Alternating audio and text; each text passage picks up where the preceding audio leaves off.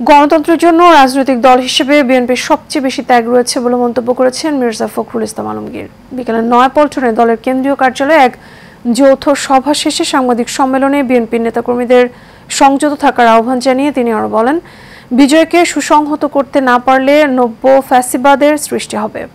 বিস্তারিত মন্ডলা নামের রিপোর্টে। বুধবার বিকেলে নয়াপল্টনে বিএনপির কার্যালয়ে দলটির ৪৬তম প্রতিষ্ঠা বার্ষিকী উপলক্ষে যৌথ সভার আয়োজন হয়।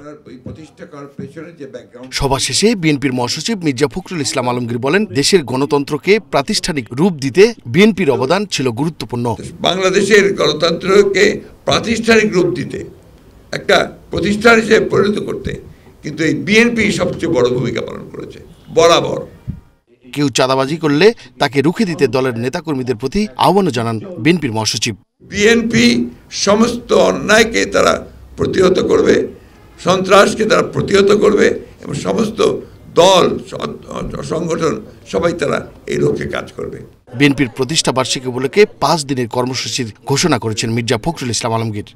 আপনার ফ্যাসিবাদ মুক্ত বাংলাদেশে আমরা বিএনপির ৪৬তম প্রতিষ্ঠা বার্ষিকী যে পালন করতে যাচ্ছি। মন্ডলের নাম, এশিয়ান টেলিভিশন, ঢাকা।